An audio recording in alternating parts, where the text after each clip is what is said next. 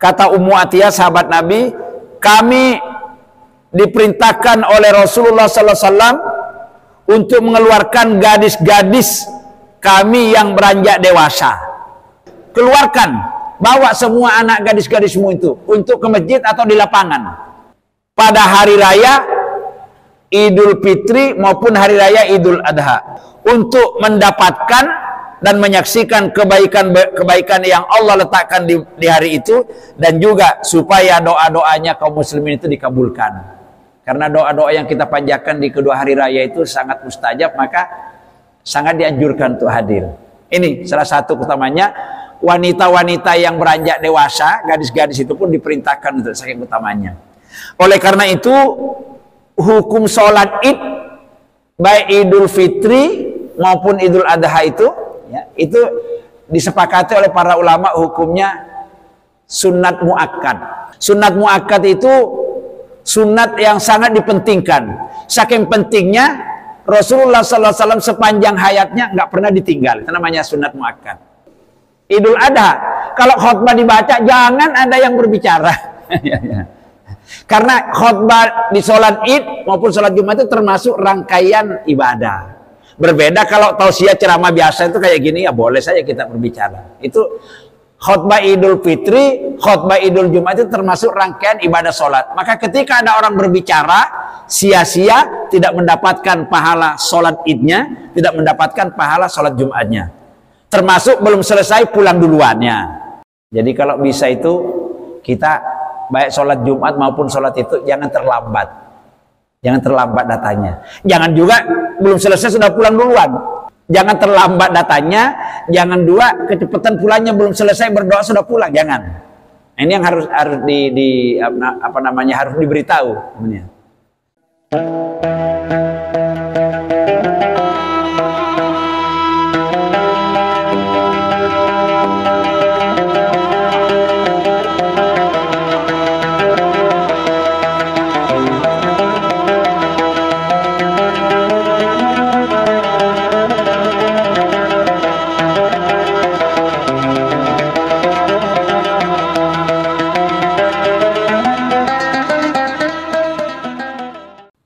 Assalamualaikum warahmatullahi wabarakatuh. Innal hamdalillah wassalatu wassalamu ala Rasulillah wa ala alihi wa sahbihi wa mawalah, la haula wala quwata illa billah. Wa ba'du. Qala nabiyuna Muhammadun sallallahu alaihi wasallam, qalat Ummu Atiyah, umirna an nukhrijal awatika wa dhawatil khudur yaumal id fayashhadanil khair wa da'watal muslimin, wa kama qala zainul idain bit takbiri wat tahmidi wat tahlil ila akhiril hadis.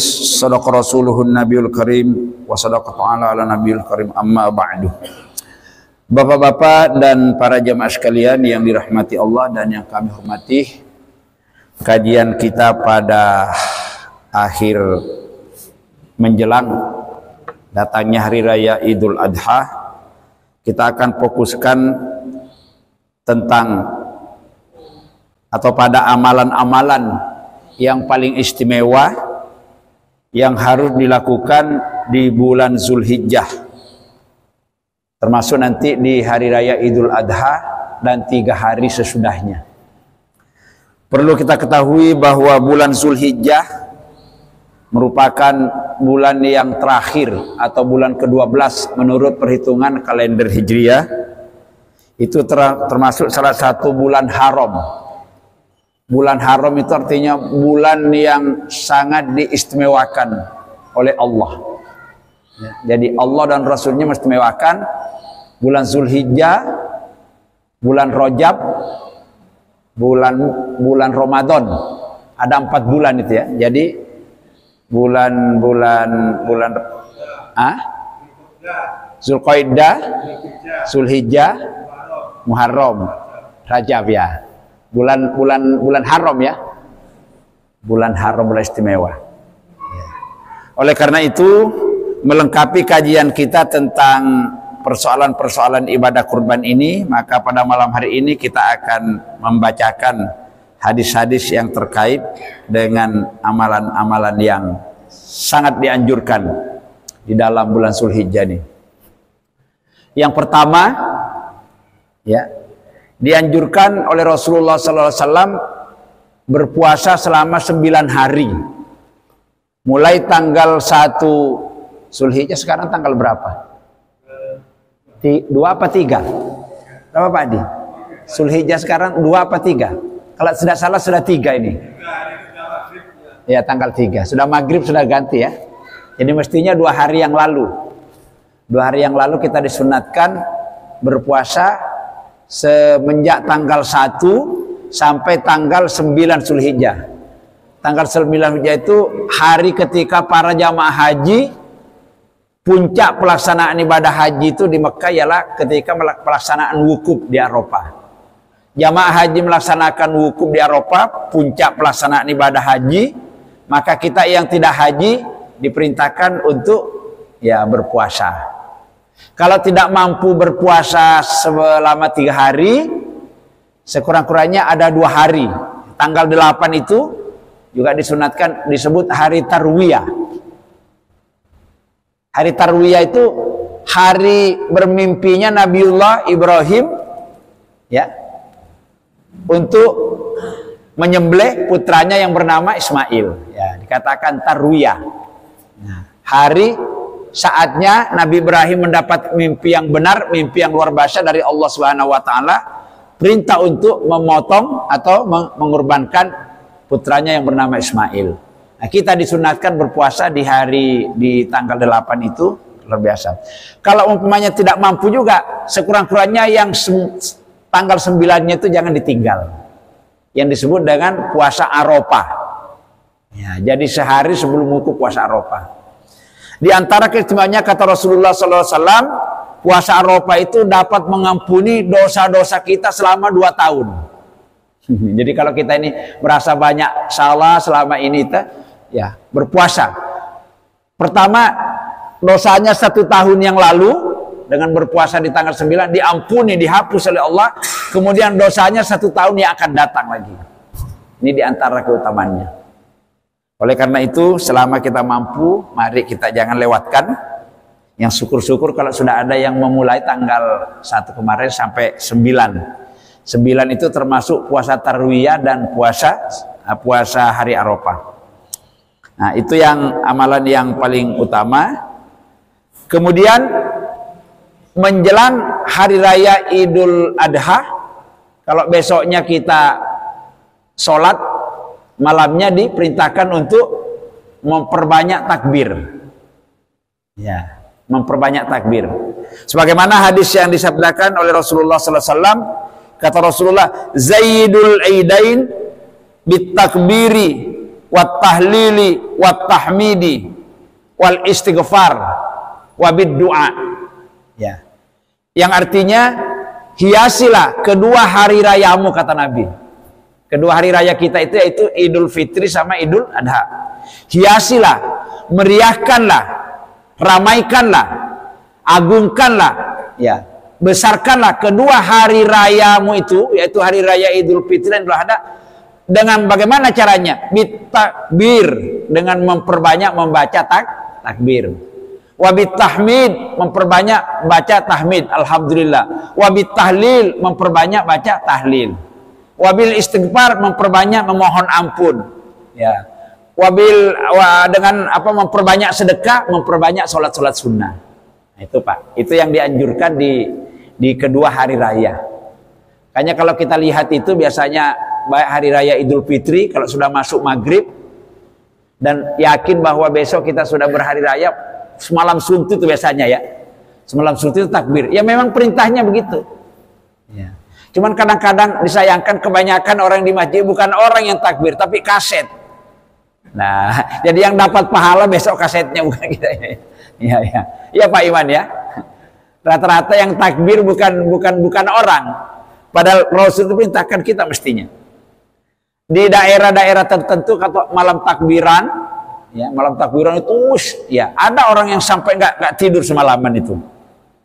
Saking aneh, karena memang keutamaannya seperti itu. Ya. Itu cara merayakan hari raya, jadi yang paling besar itu. Bahkan kalau hari raya Idul Adha itu kita disuruh bertakbir, bertahlil selama berapa ya? 4 hari ya. Mulai malam Idul Adha sampai besok 1 hari penuh, ditambah 3 hari lagi sesudahnya, hari raya Tasyrik itu. Ya. Oleh karena itu kalau di dalam Islam sebetulnya Idul Fitri dengan Idul Adha itu sebetulnya itu yang paling besar nilainya di awal itu adalah Idul Adha. Yang paling meriah mestinya. Tapi kalau kita di Indonesia, Idul Fitri yang paling meriah. Ditandai dengan orang dari mana-mana mudik semua pulang kampung ya itu ya. Mestinya hari raya Idul Adha. Tapi kalau saudara kita dari Madura itu Idul Adha itu juga pasti toron itu biasanya. Ya walaupun ini hampir-hampir di Surabaya jarang itu. Walau Idul Adha pasti toronnya ya. Jadi orang Madura itu biasanya nyembelih apa korbannya sana di Madura. Ya. Rata-rata begitu. Seperti orang yang di belakang saya itu kalau Idul Adha itu biasanya sebagian besar pulang. Ya. Rasanya nggak mantep kalau berhari raya di rantau itu. Harus pulang ke kampung aslinya. Ya. Itu jadi memperbanyak takbir, memperbanyak tahlil bukan ya. Ya. Bahkan selama 4 hari berturut-turut di hari raya Idul Adha dan hari Tasyrik itu ya, sebelum masuk tanggal 14 maghrib itu kita masih dibolehkan bertakbir. Andaikan kita mampu bertakbir, bukan hanya ikut di sholat 5 waktu saja, yang 4 hari itu bertakbir semuanya. Andaikan kita mampu.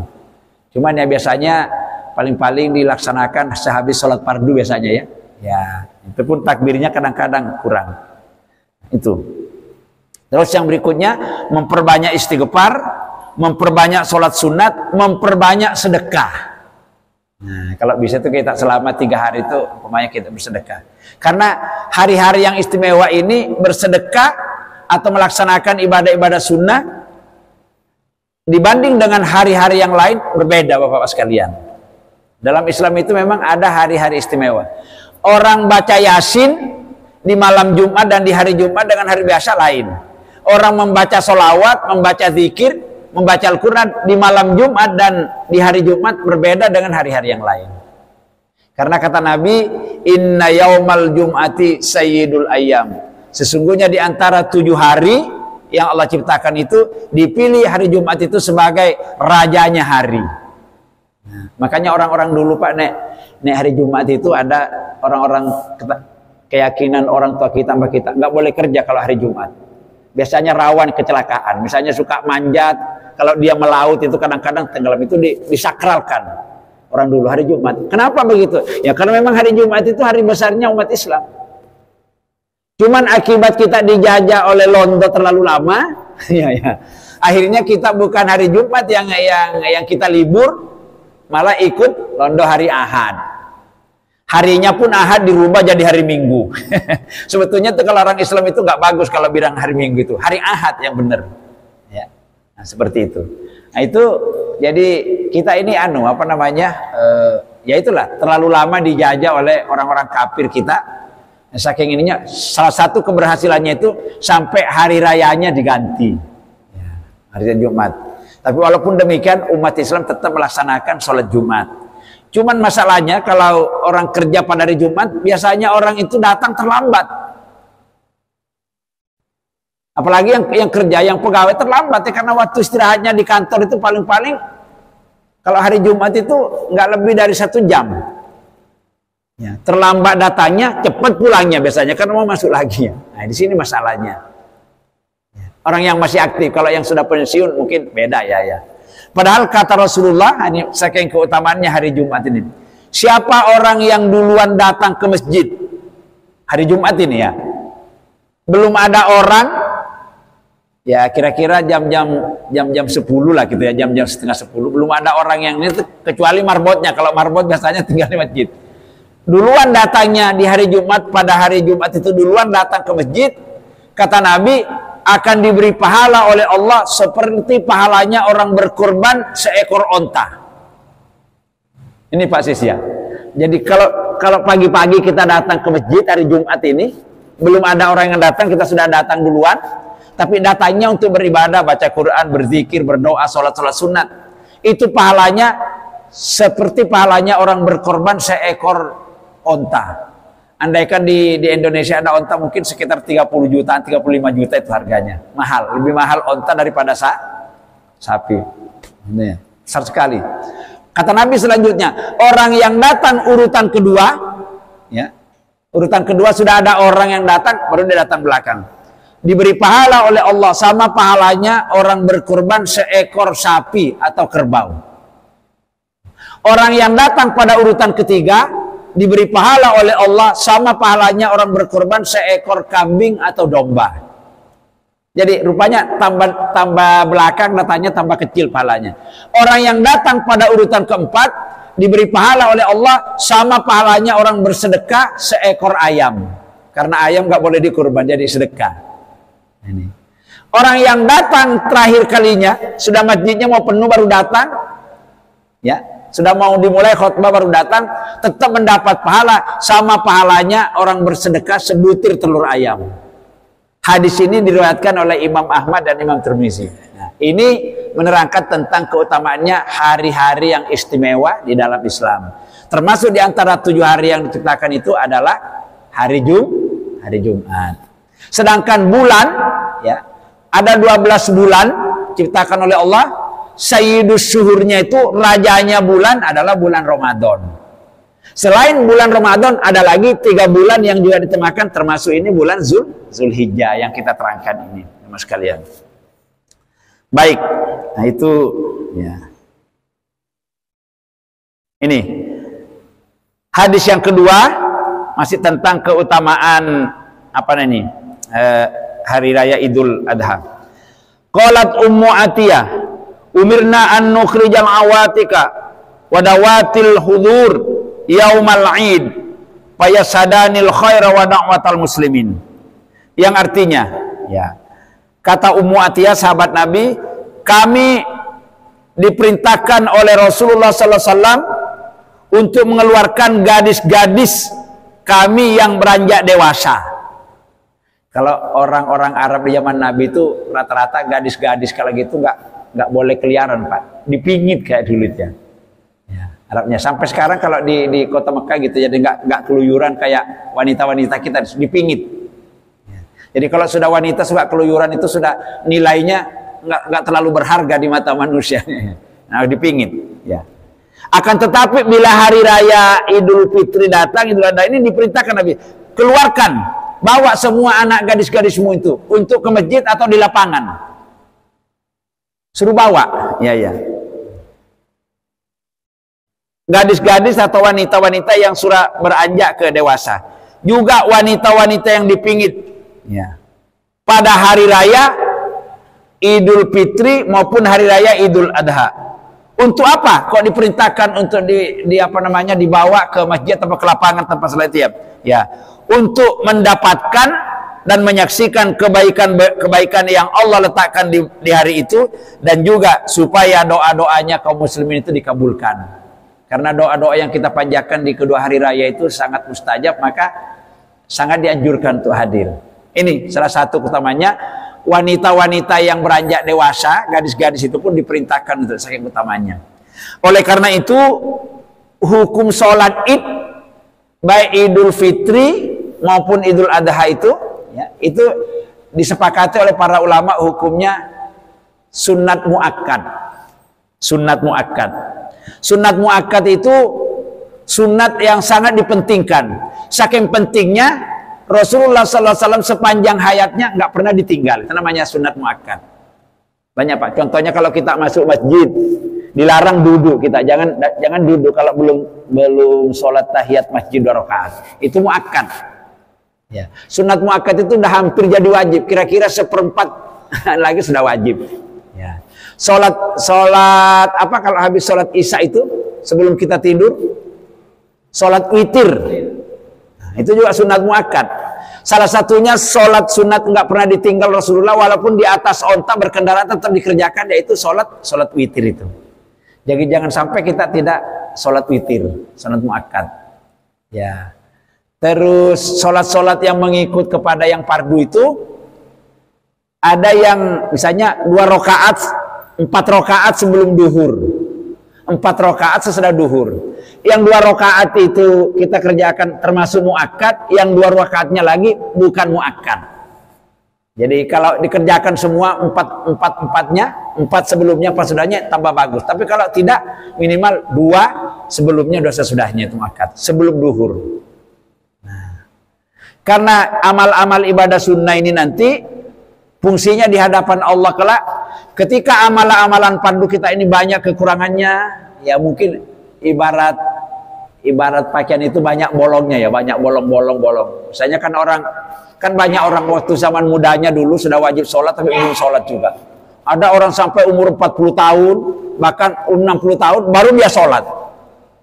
Padahal kewajiban sholatnya semenjak akil balik itu wajib, tapi banyak orang seperti itu. Ya. Atau kadang-kadang karena kesibukan, karena pekerjaan berani-berani meninggalkan sholat. Nah, untuk supaya sholat-sholatnya yang bolong-bolong tadi itu, ibadah-ibadah fardunya itu harus ditutupi dengan ibadah sunnah. Termasuk ibadah yang lain, puasa. Ya, jadi puasa-puasa sunnah itu nanti kalau ada kekurangannya diambil. Zakat itu wajib. Kalau kita misalnya sudah wajib zakat, nanti akan ditutupi dengan amal-amal sedekah atau infak kita, Pak ya. Haji, ya. Haji mungkin waktu berangkat haji, karena berangkat haji banyak melakukan pelanggaran atau tidak ngerti ilmu manasik berangkat haji, banyak kekurangannya. Kemudian dia menyadari, waduh ternyata hajiku dulu. Ya. Karena banyak orang haji itu nggak belajar manasik, Pak, sehingga kadang-kadang melakukan pelanggaran di sana itu ya. Ya, karena kalau orang sedang berihram haji itu banyak hal-hal yang tidak boleh lakukan, nggak boleh mencukur rambut, memotong kuku, nggak boleh memakai wangi ini, nggak boleh membuka aurat. Orang biasanya kalau nggak paham itu kadang-kadang dilanggar, seperti itu. Nah itu langgar. Makanya kalau merasa ibadah hajinya yang kewajibannya hanya sekali seumur hidup, merasa banyak kekurangannya, maka ditutupi dengan berumroh, ya, berumroh, sering berumroh. Umroh itu kan sepanjang tahun. Ya, andai kan ada orang mau umroh setiap bulan, kalau ada duitnya boleh. Tapi kalau haji hanya sekali seumur hidup kewajibannya. Nah, seperti itu. Ini fungsinya ibadah-ibadah sunnah terhadap yang lain. Ya. Sampai wanita-wanita yang menstruasi. Nah ini dalam hadis ini, apabila hari raya Idul Adha datang, Idul Fitri diperintahkan oleh Nabi. Ya. Ayo, makanya sholat Idul Fitri zaman Nabi itu, sholat Idul Adha nggak pernah di masjid, Pak, selalu di lapangan. Ya, ini di zaman Nabi, di zaman Nabi ini, sholat Idul Fitri, Idul Adha itu nggak di masjid, karena kalau di masjid itu terbatas apa namanya, muatannya masjid terbatas.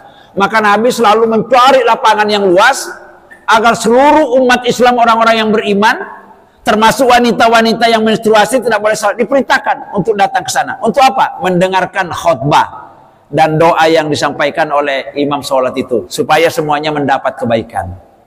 Nah, ini melambangkan, menunjukkan bahwa betapa pentingnya sholat id. Jadi andaikan kita ini cuma sakit-sakit sedikit, jangan sampai tidak sholat id ya. Sunat tapi luar biasa ganjarannya, jemaah sekalian. Nah, itu.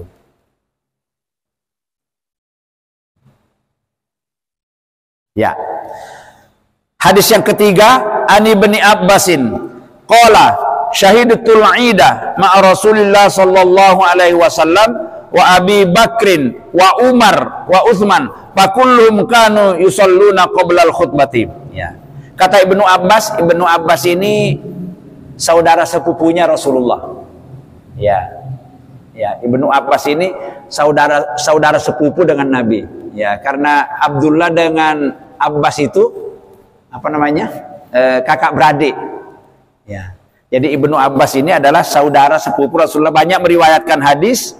Ya, salah satu hadisnya ini yang dijelaskan di sini. Kata Ibnu Abbas, syahidatul Aidah, aku sering menghadiri sholat id, baik Idul Fitri maupun Idul Adha, ma'a Rasulillah sallallahu alaihi wasallam.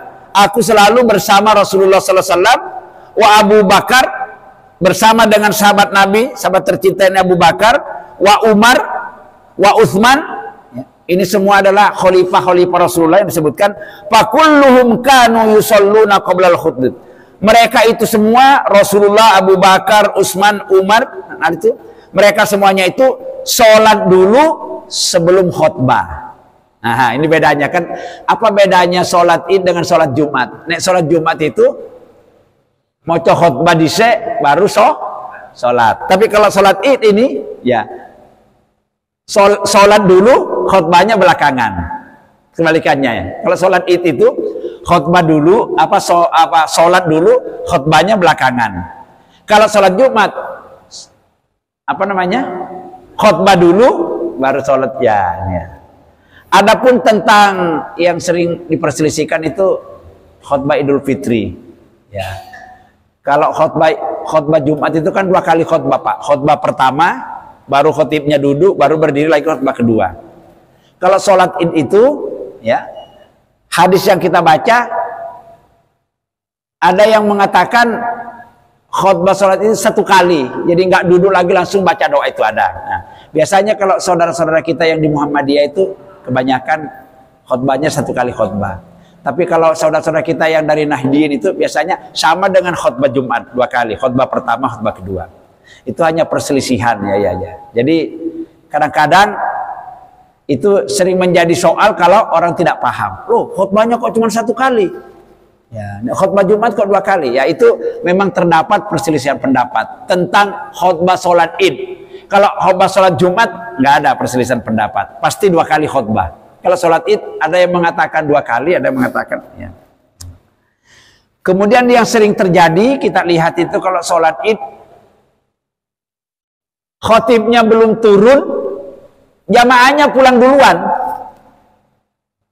Itu yang sering terjadi kalau sholatnya di lapangan. Kalau di masjid nggak tahu saya. Ada juga mungkin ya yang sholat di sana itu ya. Sebagian. Hati-hati, itu tidak sempurna itu sholatnya itu ya. Kalau orang khotibnya belum turun, baru membaca doa itu ya tidak sempurna.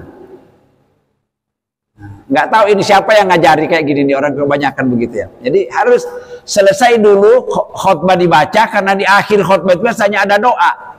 Padahal Nabi tadi memerintahkan untuk orang anak-anak gadis yang masih pingit ini, orang ini datang ke lapangan itu supaya kebagian doanya, doa yang dibaca oleh khotib itu kebagian. Lah ini khotibnya belum berdoa pulang. Salat Id. Iya. Nah, itulah kalau nggak paham kayak gitu. Balik lagi, orang beribadah nih nggak tahu ilmunya ya kayak gitu ya. Padahal sholat Id itu sangat terkait dengan khutbah. Sama dengan sholat Jumat. Kalau ada orang sholat Jumat nggak ikuti khutbahnya, nggak sah sholat Jumatnya Pak Pur. Sama. Maka di beberapa daerah tertentu, biasanya kalau sholat Jumat itu ada namanya habis sholat Jumat, sholat duhur lagi. Ya. Ada di daerah Makassar itu, daerah tertentu. Sehabis sholat Jumat itu orang diajak sholat duhur lagi. 4 rakaat. Kenapa? Karena kebanyakan tadi orang yang Jumatan itu nggak mengikuti khutbah secara sempurna. Belum khutbah dibaca ono sing turu. Nanti ya. Ada juga khutbah dibaca ngomong sendiri. Ini kan semuanya mengakibatkan sholat Jumatnya sebetulnya tidak sempurna. Supaya sempurna maka diadakan i'adah ya. Jadi sholat Jumat tetap diikuti, tapi sehabis sholat Jumat sholat duhur lagi. Nah, itu. Ini mungkin maksudnya supaya menambah keyakinannya. Nah, oleh karena itu, kenapa ini perlu kita terangkan ini, karena kadang-kadang orang seperti itu Pak Pur karena tidak paham. Niatnya dari rumah apa tadi cuman sholat Id, nggak mau mendengarkan khutbah gitu ya. Ya, padahal sholat Id itu baru dikatakan sholat Id nih ono khutbahnya. Sholat kok nggak ada khutbahnya, bukan sholat Id namanya.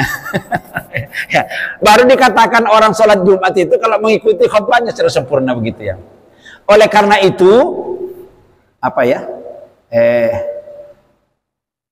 khutbah itu baik khutbah Idul Fitri maupun khutbah Jumat itu berbeda dengan tausiah seperti ini Pak. Seperti tausiah ini.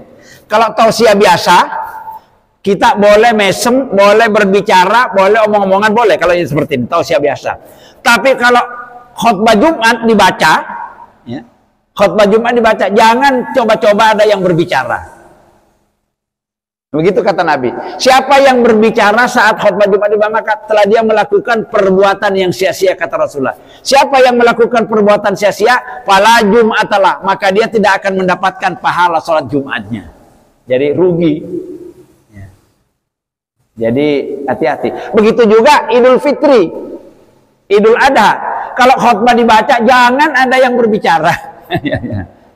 Karena khutbah di sholat Id maupun sholat Jumat itu termasuk rangkaian ibadah. Berbeda kalau tausiah ceramah biasa itu kayak gini, ya boleh saja kita berbicara. Itu khutbah Idul Fitri, khutbah Idul Jumat itu termasuk rangkaian ibadah sholat. Maka ketika ada orang berbicara sia-sia, tidak mendapatkan pahala sholat Idnya, tidak mendapatkan pahala sholat Jumatnya. Termasuk belum selesai pulang duluannya. Jadi kalau bisa itu kita baik sholat Jumat maupun sholat itu jangan terlambat. Jangan terlambat datanya. Jangan juga belum selesai sudah pulang duluan. Ya, gitu. Jangan terlambat datanya, jangan dua kecepatan pulangnya belum selesai berdoa sudah pulang, jangan. Ini yang harus harus harus diberitahu namanya. Tapi rata-rata saya melihat banyak begitu. Kalau di lapangan, tapi kalau di masjid belum saya perhatikan. Ada tak Pak Win? Kalau di masjid belum selesai khutbah sudah pulang duluan, ada? Ada. Tapi bukan di masjid ini. Nah, diingatkan. Itu. Nah, ini sudah 3 hadis yang kita baca.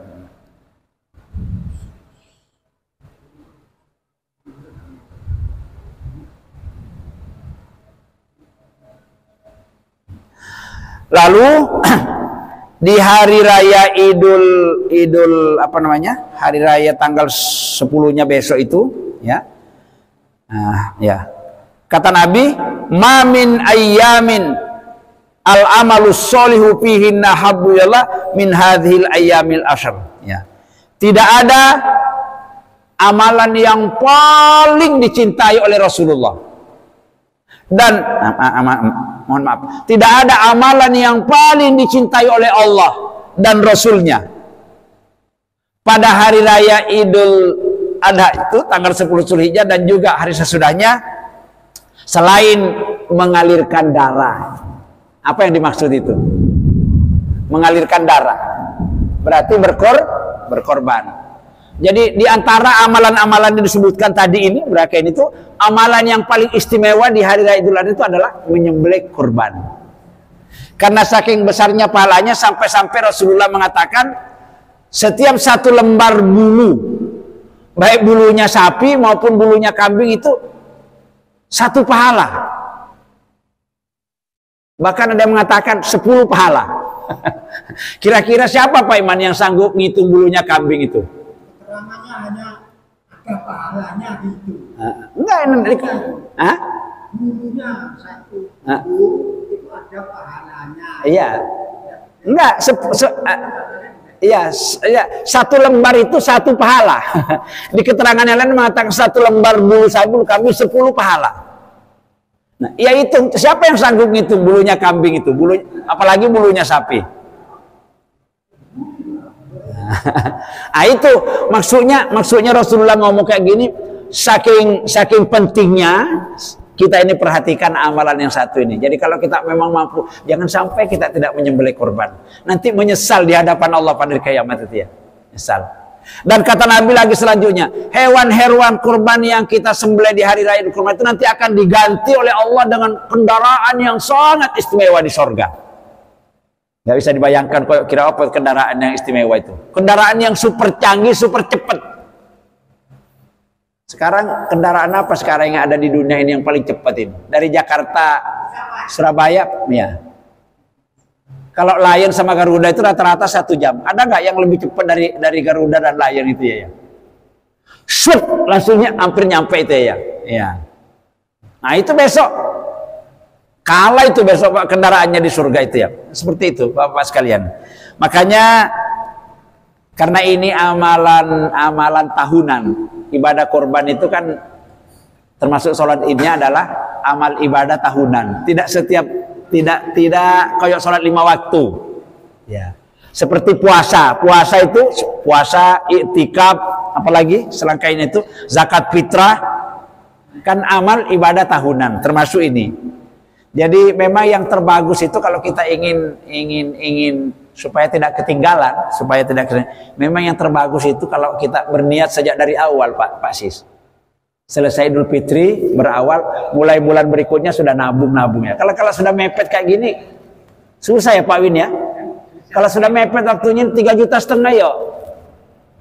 Apalagi barengan dengan pendaftaran ulang anak-anak kita yang sekolah, cucu kita sekolah, itu kadang-kadang ya. Di sisi lain juga jangan sampai kita tidak pernah berkurban mati. Menyesal sekali nanti. Selama hidupnya itu pernah mampu, ada duit, tidak mau berkurban. Menyesal nanti di hadapan Allah ya. Jangan sampai. Ya, karena nanti kalau sudah diperlihatkan pahalanya itu Masya Allah luar biasa. Nah, sampai di sini dulu mungkin ada pertanyaan tentang ini ya. Nanti kita lanjut kalau ada waktu. Monggo Pak Win, Pak Iman, ya silakan. Itu antara hari raya Kurban dan hari raya Tam. Cuman waktunya berbeda. Kalau hari raya Idul Fitri mulai masuk maghrib sampai 1 malam suntu, sampai besok kita selesai melaksanakan sholat Idul Fitri di pagi hari sampai sebelum maghrib. Jadi sehari semalam. Ya, sehari semalam waktunya takbir Idul Fitri sehari semalam. Kalau kita mampu melakukan sehari semalam itu alangkah indahnya. Kalau Idul Adha waktunya 4 hari. Mulai masuk maghrib di malam Idul Adha sudah boleh bertakbir sampai besok kita merayakan hari raya sampai maghrib ya sehari semalam itu ditambah 3 hari lagi Pak Win hari raya Tasyrik itu jadi 4 hari. Nah, bertakbir. Nah, ini jangan ditinggalkan amalan ini karena diperintahkan oleh Rasulullah SAW dan juga dicontohkan. Itu Pak Win, begitu Pak Win ya. Monggo Pak Iman. Bahasanya ya, Rasulullah apakah pernah sholat di masjid? Saya tidak menemukan kalau sholat di masjid. Iya, kalau kita lihat hadisnya rata-rata Rasulullah diperintahkan di lapangan. Ini seperti hadis ini tadi. Yang diriwayatkan siapa tadi ini ya. Abu Bakar, Umar, ya, Utsman ini. Riwayat siapa tadi hadisnya ini?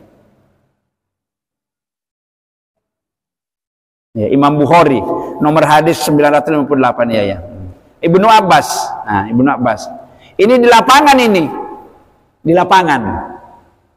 Jadi memang itu kenapa di lapangan? Kalau kita berpikir kan masjid itu lebih utama. Itu karena tadi pertimbangannya Nabi itu kalau di masjid wanita menstruasi nggak boleh datang.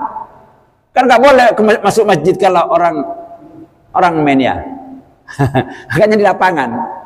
Tapi alangkah bagusnya lagi kalau kayak kita di sini di masjid karena tidak muat maka meludak ke lapangan. Rata-rata di Surabaya juga begitu. Masjid itu kalau sholat Idul Adha rata-rata nggak muat. Biasanya ada jalan biasanya nih. Koyok bentuk sate. Saya waktu Idul Fitri tempo hari itu sholat idnya di Jalan Pacuan Kuda. Masjidnya ya kurang lebih dengan ini. Itu yang karena gangnya itu ke kiri dan ke kanan itu penuh Pak. Lebih banyak yang di luar daripada yang ini. Wong impaknya hampir 15 juta dapatnya. Impak apanya itu? Impak sholat Idul Fitrinya. Hampir 15 juta yang di masjid sama di luar. Saking banyaknya orang ini ya. Nah, seandainya di sini ada lapangan, tapi kita di sini sudah termasuk. Di sini dipadukan lapangan sama masjid. Tapi pertimbangannya Nabi tadi itu disuruh bukan cuma itu, bukan karena luasnya. Supaya wanita-wanita yang tidak sholat pun bisa hadir semua ke lapangan karena ada nilai-nilai kebaikan yang Allah letakkan. Pertama, kita bisa bersilaturahmi, ketemu sama semua orang. Yang kedua, kita bisa bersedekah, kita bisa berjabat tangan, kita bisa saling mendoakan, kita bisa sholat berjamaah. Luar biasa pahalanya. Makanya luar biasa itu hari raya ini ya. Dan ini setahun 1 tahun sekali. Monggo Pak. Perempuan yang sudah menstruasi itu boleh sholat id? Nggak boleh. Nggak boleh, cuma disuruh hadir. Ya, nggak boleh. Iya, makanya kan di lapangan tadi diperintahkan Nabi lapangan supaya ikut mendengarkan khutbah yang disampaikan itu oleh ya, kan dapat ilmu ya Pak ya. Juga kebahagiaan doa yang dibaca itu nanti kalau kan nanti baca doa apa namanya di dalam sholat itu kan membaca doa supaya kebahagiaan semua doanya, doa kebaikan itu yang dibiaya. Karena kan itu kan bersifat umum. Nah, di sisi lain juga supaya syiarnya Islam itu kelihatan. Oh, lihat umat Islam kalau hari raya gini loh, keluar semua gini. Walaupun biasanya itu yang sholat itu memang kebanyakan juga orang cuman sholatnya 2 tahun sekali. Kebanyakan itu. ya. Jadi kalau katanya Buya Hamka, kalau ingin melihat umat Islam, ingin melihat orang Islam, lihat kedua hari raya Idul Fitri. Banyak itu orang Islam. Tapi kalau ingin melihat orang beriman, lihat sholat subuh di masjid. Jadi kalau ingin melihat imannya orang baik apa tidak baik, lihat sholat subuhnya di masjid. Kalau orang jarang sholat subuh di masjid, ya itu berarti Islam. Ya, rame sholatnya cuman hari raya Idul Fitri, Idul Adha. Setelah itu nggak sholat lagi, nanti tahun depan lagi begitu. Ada Pak ya seperti itu. Kan model kan. Ada juga sholat 007. Pernah dengar Pak Imam?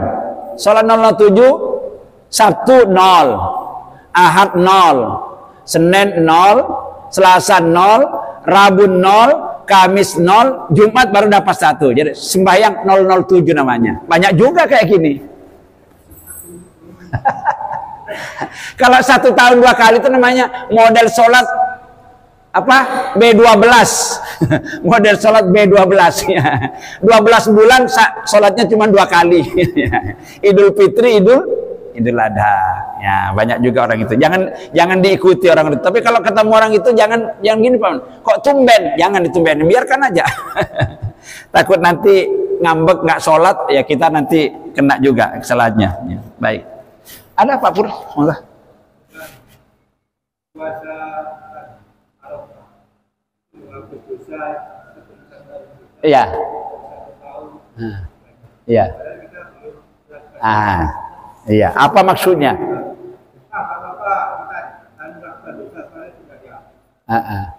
Iya.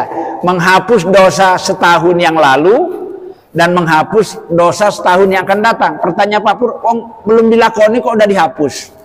Ya gitu ya.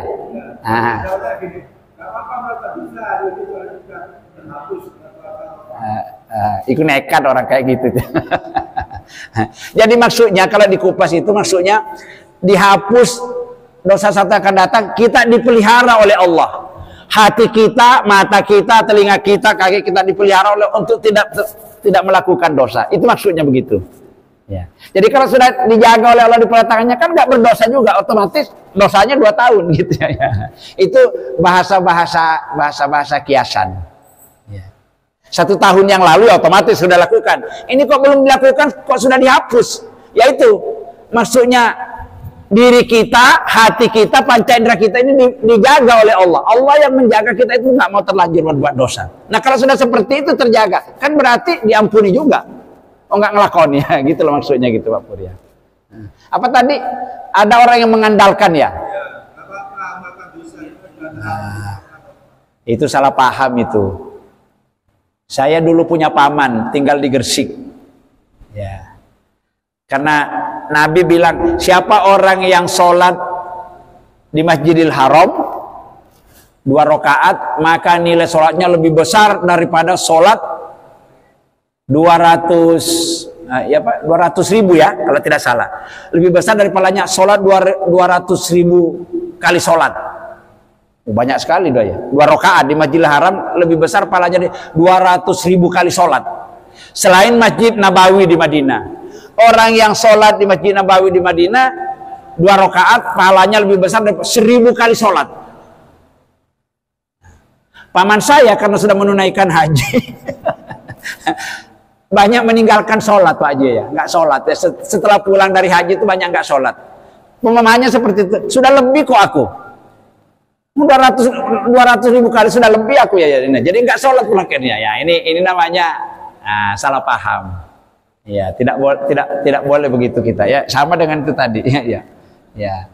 Jadi itu maksudnya Nabi itu memotivasi untuk supaya kita ini betul-betul orang yang ada niatan mau berangkat ke tanah suci, betul, supaya betul-betul diniati dengan baik ya. Didorong. Tapi jangan kita memahami seperti itu lalu setelah ini pulang nggak sholat karena sudah lebih katanya. Wong 2 rakaat. Saya orang naik haji itu Pak 40 hari itu biasanya di Mekah. Berapa kali sholat itu? Umroh saja sekarang ini kadang-kadang ada 2 minggu dapatnya. Jadi memang sebetulnya kalau kita ada biaya memang paling enak itu sholat di sana, itu luar biasa nilai sholatnya. Tapi jangan setelah pulang lalu nggak sholat karena salah memahami tadi itu ya. Tidak seperti itu. Ya, jangan mengandalkan yang ini. Karena pertanyaannya belum tentu juga diterima. Ya kan? Ya, kalau dia beramal tidak tepat caranya begini kan bisa tertolak juga. Jadi kita jangan terlalu mengandalkan. Tapi banyak Pak Pur orang kayak gitu memang salah paham. Ya nggak apa-apa kita berbuat dosa dulu, nanti kan bisa minta maaf sudah ya. Nanti kalau wudhu sudah dihapus dosanya, sudah sholat kita dihapus dosanya, nggak apa-apa. Nah itu nggak boleh kayak gitu. Ini menurut saya bukan berani tapi nekat orang seperti ini. Ada lagi monggo?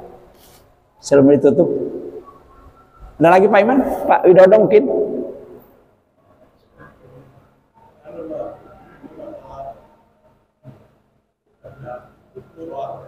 Baru sholat nggih.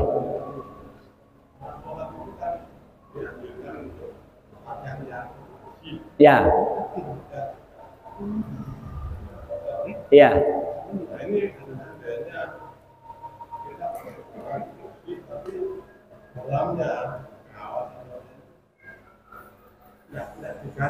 Ya. Itu bagaimana gitu ya? Iya. Iya. Ya, mandi dulu. Ya, disunatkan mandi dulu. Kalau Idul Adha itu apa Idul Adha apa Idul Fitri? Makan dulu Pak Pur, baru kita ke masjid. Idul Adha apa Idul Fitri? Idul Adha ya. Idul Adha disunatkan makan dulu baru ke masjid. Kalau Idul Fitri nanti setelah pulangnya. Kalau Idul Fitri makan dulu ya, baru ke masjid. Ya, Idul Adha disunatkan nanti pulangnya. Kalau berangkat ke masjid lagi disunatkan jalan yang dilewati itu lain. Jadi kalau lewat sini nanti kalau pulangnya jangan cari itu sunnah. Karena semua apa yang bebatuan tanah-tanah yang kita injak itu semuanya menjadi saksi di hadapan Allah nanti, supaya banyak saksinya nanti itu seperti itu. Ya itu, jadi sunnah-sunnah yang seperti ini kadang-kadang kita sepelekan gitu ya, seperti itu. Ya, jadi sunnahnya, ya. Termasuk apalagi tadi? Apa tadi Pak Widodo tadi yang ditanyakan? Hah? Mandi, ya mandi. Bukan berpakaian yang bagus. Itu cara tidak di dalam Al-Quran surat Al-A'raf. Surat ke-7 ayat 31 tidak ada perintah Allah untuk berpakaian yang bagus itu selain ketika kita mau ke masjid. Nggak ada perintahnya. Orang-orang beriman ambil pakaianmu yang paling bagus, yang paling indah ketika kamu ke undangan pengantin, ketika kamu mau undangan rapat, ketika kamu mau ke kantor ini, nggak nggak ada. Yang ada untuk orang-orang beriman, wahai orang-orang yang beriman, ambillah pakaianmu atau pakailah pakaianmu yang paling bagus. Inda kulli masjidin, setiap saat kamu mau ke masjid. Ya.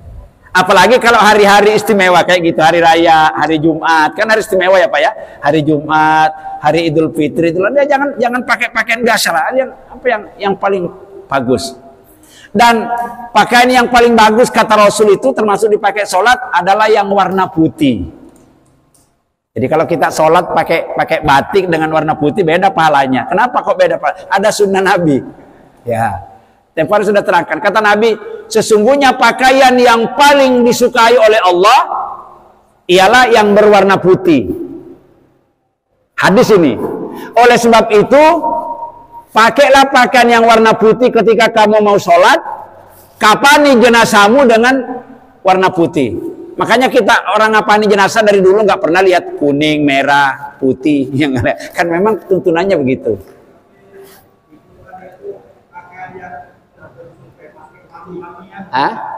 Ya ada di Quran. Ya putih juga ya.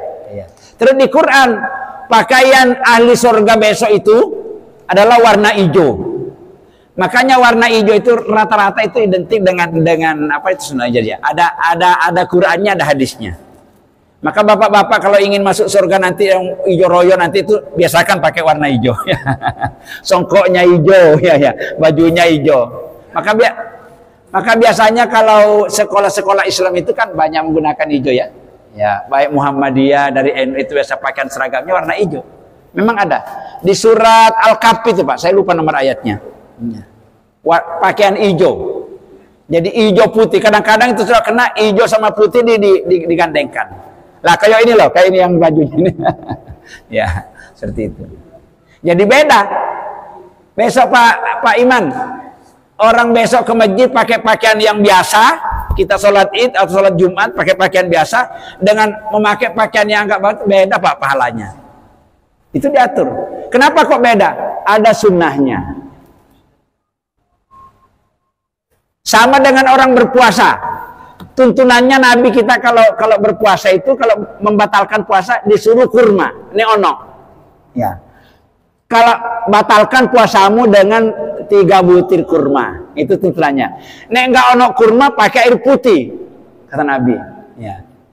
Jadi orang yang membatalkan puasanya takjil itu pakai kurma dengan air putih, beda kalau kita pakai kopi susu dengan air teh bela parahnya. Kenapa beda? Ada sunnahnya di situ, ada tuntunannya dari Rasulullah. Ya. Jangan menjawab, iya Pak, soalnya karena di Mekah nggak ada pisang goreng, nggak ada kopi. Jangan kayak gitu. Kalau sudah Nabi menerangkan itu nggak usah ngeyel gitu kita ya. Seperti itu sunnah. Ya, begitu. Beda. Ya. Sama kan? Orang habis sholat, assalamualaikum, assalamualaikum, nggak mau istighfar, nggak mau selawat, langsung melayu. Ya beda dengan orang yang duduk sesaat lah ya. Ya, mungkin doa bersama sama imamnya boleh juga. Nanti kalau ini ditambahin dengan doa, beda Pak. Ya, beda. Ya yang begini-begini kita kadang-kadang nyepelehkan itu loh Pak aja ya. Iya. Biasanya kan wala sunnah kok. Salat tarawih ya sunnah kok yo. Dilakoni dapat pahala, yang kok ditinggal ya nggak berdosa. Nah ini menurut saya orang gini orang sombong. Rasul itu sampai bengkak kakinya tuh loh, salat sunat, salat tahajud. Sampai istrinya mengatakan, ya Rasul, sampean kan sudah dijamin masuk surga. Lah apa sampean kok salat sampai bengkak kakinya? Apa jawab Nabi? Aisyah, tidakkah kamu senang bila aku ini menjadi hambanya Allah yang pandai bersyukur? Begitu loh ya. Nabi, kita bukan Nabi kok malas mengerjakan yang sunnah. Nah, seperti itu. Nah, apalagi? Cukup? Jadi sunnah-sunnah itu jadi yang paling utama tadi itu yang tidak ada mengalahkan nilainya itu pahalanya berkurban. Pahala kurban Pak, mengalirkan darah itu di hari raya itu nggak ada yang kalah ya. Berikutnya itu tadi memperbanyak takbir, memperbanyak tahlil, memperbanyak tasbih, memperbanyak istighfar, memperbanyak doa, memperbanyak sedekah. Jadi besok itu kalau ke masjid hari raya, di masjid manapun jangan tidak bawa duit. Tekor nanti pahala sholatnya. Bawa duit, ya, disikan. Ya, nggak usah banyak-banyak Pak Widodo ya. 100.000 rupiah tapi ikhlas kan lebih bagus daripada 1.000 rupiah tapi tidak ikhlas. Ya Pak ya. Besok kalau hari raya Idul Adha ya, nggak usah banyak-banyak, 100.000 rupiah tapi ikhlas. Ya Pak Win, daripada 1.000 rupiah tapi tidak ikhlas. Pak Win, tapi nek nggak ono ya cok ngutangnya ya. Baik. Cukup mungkin, mudah-mudahan Allah memampukan kita. Bersyukur kita Pak di masjid ini Pak Win, insya Allah nanti kurbannya 8 sapi. Kambingnya masih belum ada.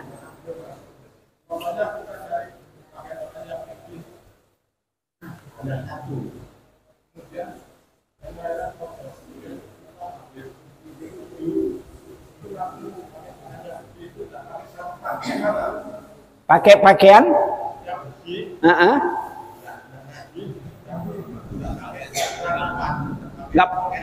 Nggak pakai apa? Ya nggak apa-apa.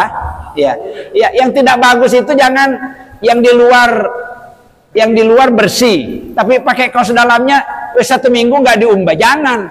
Apa Allah nggak tahu itu yang kita pakai gini?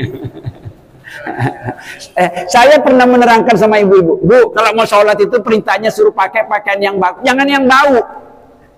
Kayak ibu dasteran, terus jawabnya, tidak dasteran tapi kan pakai ruku duluannya. Tapi kan Allah tahu, ini untuk Allah, ini bukan untuk manusia.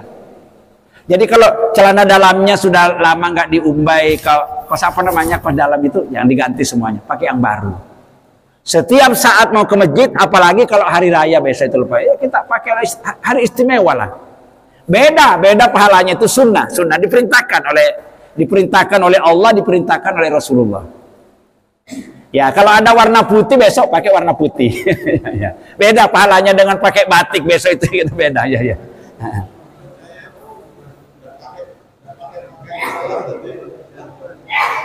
Oh nggak masalah. Iya kan daripada pakai pakaian dalam tapi bau, mendingan pakai yang luar aja. Yang penting kan auratnya tertutup. Gitu Pak ya. Cuman biasanya orang kalau terbiasa pakai pakaian dalam terus kayak gitu, rasanya kok ada yang tidak enak. Enggak apa-apa. Pakai pakaian dalam kok baju apa ya? Singlet ya misalnya, apa ya itunya? Pakai kaos yang itu ya. Tapi sudah 1 minggu nggak diumbai. Lebih baik dibuka, pakai yang biasa aja, nggak pakai dalam itu ya. Ya. Jangan seperti jawabannya Bu tadi, kan di dalam akan nggak kelihatan. Tapi Allah itu tahu itu, orang di dalam tahu ya. Ini masalahnya orang beribadah ini kan bukan untuk menghadap ke manusia, tapi kita menghadap Allah. Kira-kira begitu Pak G. Sampun. Sudah Pak Widodo ya? Sudah. Alhamdulillah. Masuk ya waktunya ya. Baik Bapak-bapak sekalian, karena waktu Isya telah masuk memanggil kita untuk melaksanakan, ini hujan juga ini. Mudah-mudahan apa yang kita sampaikan ini, beberapa hadis dari Rasulullah SAW tentang keutamaan ibadah di hari raya Idul Adha maupun hari-hari sebelum dan sesudahnya, mudah-mudahan semuanya bisa kita amalkan, terutama besok puasa hari Arafah itu ya, pada hari ke-9 dari bulan Zulhijjah, yang tadi diberitakan oleh Nabi akan menghapus 2 tahun dosa-dosa kita. Mudah-mudahan kita dimampukan oleh Allah Subhanahu wa taala sehingga hari-hari yang kita rindukan, hari yang nantikan ini betul bisa kita sambut dengan penuh meriah, dengan berbagai macam ibadah di dalam rangka mempersiapkan bekal kita nanti menuju Allah Subhanahu wa taala. Amin amin ya rabbal alamin. Terima kasih atas kebersamaan dan perhatian Bapak-bapak semua. Mohon maaf bila ada hal yang kurang. Mari kita akhiri majelis ini bersama-sama dengan membaca doa kifaratul majlis. Bismillahirrahmanirrahim. Subhanakallahumma wa bihamdika asyhadu an la ilaha illa anta astaghfiruka wa atubu ilaik. Assalamualaikum warahmatullahi wabarakatuh.